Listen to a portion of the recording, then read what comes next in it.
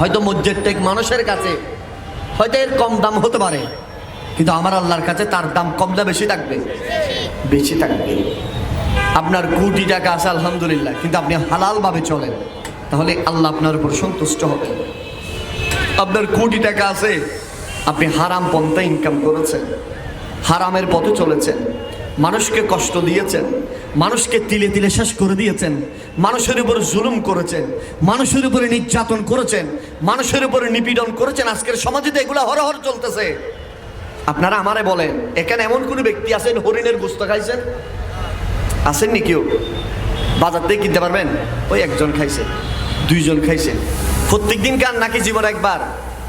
জীবন একবার খাইছেন। প্রত্যেক দিন কেনার সামর্থ্য নাই, কিন্তু সুন্দরবনের ভিতরে বাঘ আছে না নাই? রয়্যাল বেঙ্গল টাইগার ডেইলি 20 থেকে 25 কেজি হরিণের মাংস খায়, ঠিক কিনা বলেন না? তাজা রক্ত, তাজা আবার মরা হলে খায় না, তাজা খাই, ধরে খায়। আপনারা আমারে বলেন, বাঘের ব্যাংক ব্যালেন্স আছে? টাকা ইনকামের কোনো সোর্স আছে? নাই। বাঘের ভরসা কার উপর? আরো জোরে বলেন না, আল্লাহর উপরে। কিন্তু আমরা মানুষ হই, ডেলি আমরা ভাত খাই 250 থেকে 300 গ্রাম। কত? 250 থেকে 300 গ্রাম ভাত আমরা ডেলি খাই। কিন্তু 250-300 গ্রাম ভাত খাওয়ার জন্য, 250-300 গ্রামে খাওয়ার জন্য আমরা কতজনের হেডে ছুরি ঢুকাই দিই? কথা বলে না, ঠিক কিনা? কতজনের হেডে কি ঢুকাই দিই? ছুরি ঢুকাই দিই। কতজনরে মারি, কতজনের উপরে আমরা নির্যাতন চালাই, কতজনের উপরে নিপীড়ন চালাই, কতজনের উপরে জুলুম করি, কতজনের উপরে আমরা নির্যাতন নিপীড়ন করে শুধুমাত্র ডেলি কতগুলা 250 থেকে 300 গ্রাম ভাত, চাউলের দানা খাই, মুটরের দানা খাই, কয়েক লিটার পানি খাই, কতগুলা ফলমূল খাই। এগুলা খাওয়ার জন্য আমরা আরেকজন মানুষকে হত্যা করি। কথা বলেন, ঠিক কিনা? এগুলা ভালো করে চলার জন্য অনেকের উপরে নির্যাতন চলাই, অনেক গরিবের পেটে লাথি মারি।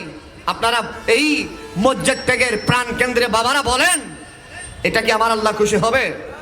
জোরে বলেন, খুশি হবে না। সেজন্য সে ব্যক্তির ইবাদত কবুল, সে ব্যক্তির জিকির কবুল, সে ব্যক্তির ফিকির কবুল, সে ব্যক্তির উপর আমার আল্লাহ সন্তুষ্ট হবেন।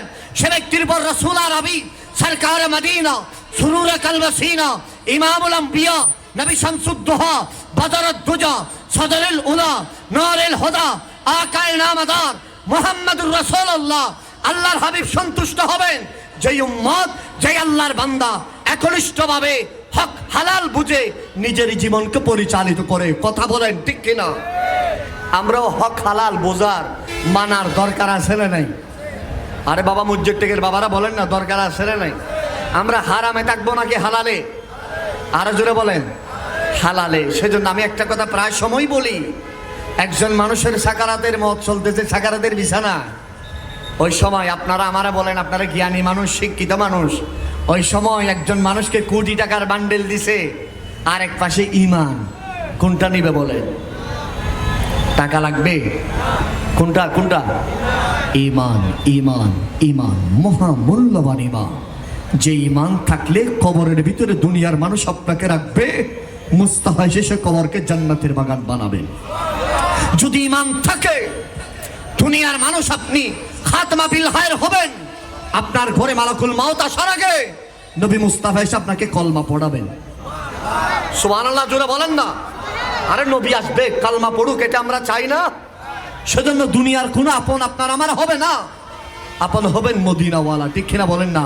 আরে কারে লাগিয়া কান্দরে মন, কারে লাগিয়া বান্দ, আরে কেউ তো তোমার আপনে হবে না, না না, যে জনে হবে আপনার সেই তো মদিনা। ঠিক কিনা বলেন? কারে লাগিয়া,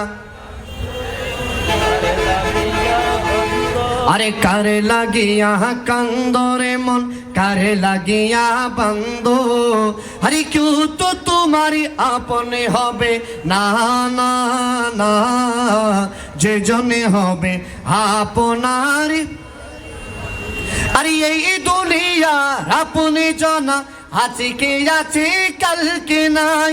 এই দুনিয়া আপনি জানা, আজকে আছে কালকে নাই।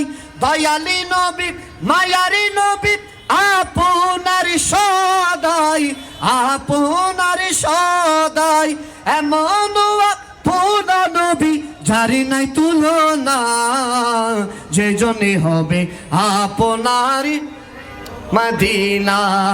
আরে কারে লাগিয়া কান্দরে মনে কারে লাগিয়া, আরে কারে লাগিয়া কান্দরে মনে কারে লাগিয়া, আরে কেউ তো তোমারই আপনে হবে না না না, যে জন্যে হবে আপনার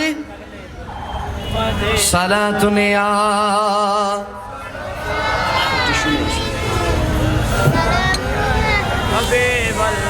সালাতুনে আ রাসূলুল্লাহ আলাইকুম। আল্লাহ যেন আমাদেরকে হক হালাল যেন আমরা বুঝতে পেরে আল্লাহ আমাদেরকে কবুল করে নিন। আল্লাহ যেন হকের পথে যেন আমাদেরকে চালায়, কল্যাণের পথে যেন আমাদেরকে চালায়। আল্লাহ যেন আমাদের প্রতিটা শব্দ জিকিরকে কবুল করে নেয়। আল্লাহ যেন আমাদের ভেতরে নবীজির ইশক যেন দান করে, যেন বলেন না আমিন। তাহলে মক্কার যুবকরা বলতেছেন হালিমাতুস সাদিয়ার কাছে, ও হালিমাতুস সাদিয়া, যেই নবীজি শিশু ছিলেন তিনি কেমন ছিলেন? হালিমাতুস সাদিয়া বললেন, সেই নবী 6 বছর বয়স থেকে মা হারিয়েছেন, কিন্তু মক্কার মানুষরা ওনাকে ডাকতেন আল আমিন হিসাবে।